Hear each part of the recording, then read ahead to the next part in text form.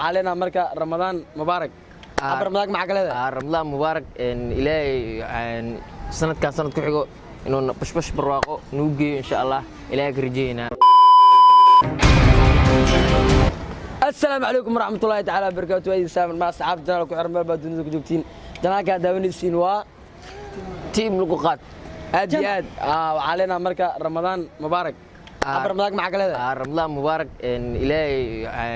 سنة كان سنة كحجو إنه بش برواقه نوجي إن شاء الله إلهي كرجينا. رمضان كلام واي marka video ayna mar hore soo gelin oo soo duubnaa rabnay oo dadkan Ramadan dhaana asxaabta laakiin waanu suurta gali weysay maanta waanu suurta gashay marka maanta waanu suurta gashay inaad dadka Ramadan mubaarak dhaano maxaa ka dhigay markaadii Sheekh Abdullah ma sha Allah ya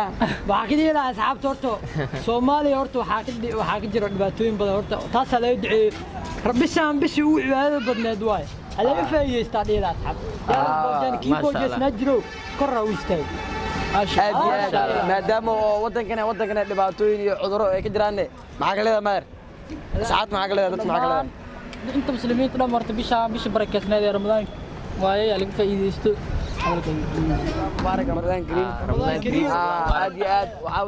dadka cabo tahay Ramadan mubaarak dadka galab u tahay Ramadan mubaarak dadka maalin cadi u taane dadka afur taane Ramadan mubaarak afur taane soo dhawaada waa asxaabta team lagu qaad marka barnaamijyo badan jaalanjiyo badan short filmyo badan soo geli doona insha Allah إن شاء الله marka waxaan rabaa asxaabta إني دير قلوان subscribe like share comment gambaleel kale kanaalka waa janaalkiina musaacida korna qaado idinka korna qaadi karo marka aad iyo aad oo kuma santiin waxaan dhileena bye bye